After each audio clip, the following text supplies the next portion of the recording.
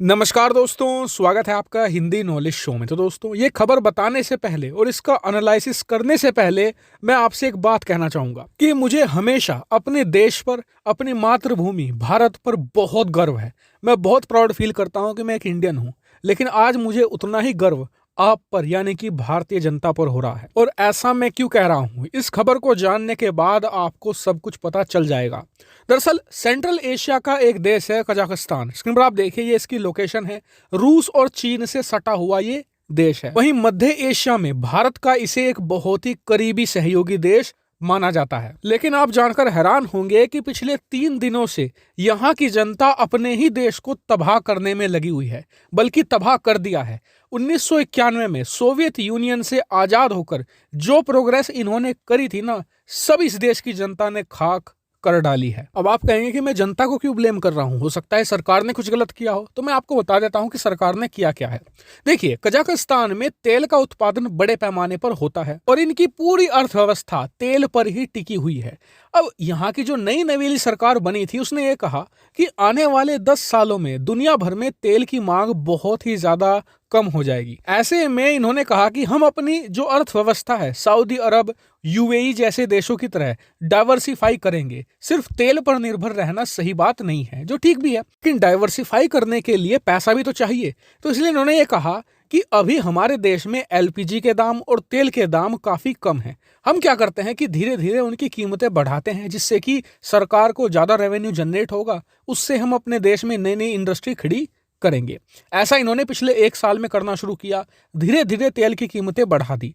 पहले यहाँ पर तेल और गैस की कीमतें काफी ज्यादा कम थी, भारत के मुकाबले बहुत ही ज्यादा कम थी। लेकिन सरकार ने 1 साल के अंदर 100% बढ़ा दी, यानी कि 1 साल में एलपीजी और जो तेल है उसकी कीमतें दुगनी हो गई। लेकिन फिर भी अगर आप आज भी कंपेयर करेंगे, भारत के मुकाबले काफी ज्यादा कम है। हुआ क्या कि कीमतें तो काफी महीनों से बढ़ रही थी, लेकिन किसी ने कुछ नहीं कहा, क्योंकि सरकार ने अपना विजन जनता के सामने रखा। लेकिन अब से 3-4 दिन पहले पता नहीं कहां से अचानक से बहुत सारे लोग इनके बड़े बड़े शहरों में एकजुट होना शुरू हुए और अचानक से जो भीड़ बहुत ज्यादा बढ़ गई थी वो हिंसक हो गई। और जो सरकारी दफ्तर थे, सरकारी प्रोजेक्ट थे, उन्हें निशाना बनाना शुरू कर दिया, तोड़फोड़ शुरू कर दी। इसको लेकर जो पुलिस वाले थे उन्हें बंधक बनाना शुरू कर दिया। अब सरकार ने सोचा कि शायद हमारी वजह से नाराज है, इसलिए सरकार ने इस्तीफा दे दिया, पूरी की पूरी कैबिनेट ने और प्रधानमंत्री ने भी। लेकिन उसके बाद भी लोग शांत नहीं हुए। यहां तक कि जब सेना उतार दी तो सेना के लोगों को भी बंधक बनाना शुरू कर दिया। हालात इतने बुरे हो गए। लेकिन सबसे मजेदार बात यह है कि कोई भी अपनी मांग बताने को तैयार नहीं है, बस सरकारी दफ्तरों को निशाना बना रहे हैं। कोई ये नहीं बता रहा कि उन्हें चाहिए क्या। उससे भी बड़ी मुसीबत यह है कजाकिस्तान की सरकार के लिए कि इनका कोई लीडर नहीं है, बस कई सारे लोग इकट्ठा होते हैं और हिंसा करते हैं। ऐसे में ये बात तो तय है कि यहाँ पर कोई थर्ड पार्टी भी अपना खेल खेल रही है। इसीलिए कल पहले तो अमेरिका ने रूस पर आरोप लगाया कि रूस पहले तो यूक्रेन में हस्तक्षेप कर रहा है, वहां पर कब्जा करना चाहता है। तो अब पुतिन कजाकिस्तान में भी अनरेस्ट पैदा करके कजाकिस्तान को रूस में मिलाना चाहते हैं। अब आप कहेंगे कि पुतिन ऐसा क्यों करेंगे, तो इसके पीछे एक कारण है। दरअसल पिछले 6 महीनों से पुतिन अपनी जनता के सामने लगातार रैलियां कर रहे हैं और ये कह रहे हैं कि हम दोबारा फिर से द ग्रेट रशियन एम्पायर को खड़ा करेंगे। क्यों? क्योंकि उनके खिलाफ रूस में लगातार नाराजगी बढ़ रही है। अलेक्सी नवेल्नी जो उनके कट्टर विरोधी हैं, उनकी पॉपुलैरिटी बढ़ रही है, तो इसलिए उन पर यह आरोप लग रहा है। इस पर रूस कहाँ चुप रहने वाला था। रूस अमेरिका पर आरोप लगा रहा है कि ये अमेरिका का किया धरा है।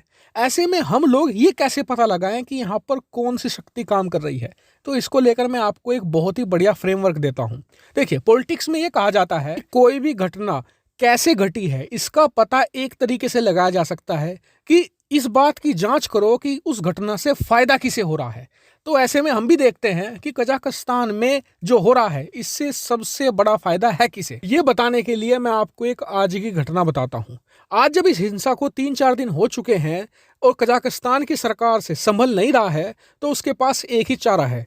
उसने रूस के साथ समझौता करके रखा हुआ है कि जब भी उस पर संकट आएगा तो रूसी सेना उसकी मदद करेगी। उन्होंने आज यही किया, रूस से मदद मांगी कि आप सेना भेजिए और हमारा देश संभालने में मदद कीजिए। और आपको बता दूं कि 3 दिन पहले ही रूस ने कजाकिस्तान की सीमा पर बहुत सारी फौज तैनात कर दी थी और जैसे ही कजाकिस्तान ने मदद मांगी, उस फौज को कजाकिस्तान के अंदर जाने के लिए रवाना कर दिया गया। वहीं इसके अलावा दूसरी सिचुएशन भी है। कई लोग अमेरिकी एंगल को इसलिए बता रहे हैं कि अमेरिका रूस के पड़ोसी देशों में इस तरह के प्रोटेस्ट करवा रहा है ताकि रूस के अंदर भी पुतिन के खिलाफ ऐसी कोई प्रोटेस्ट हो।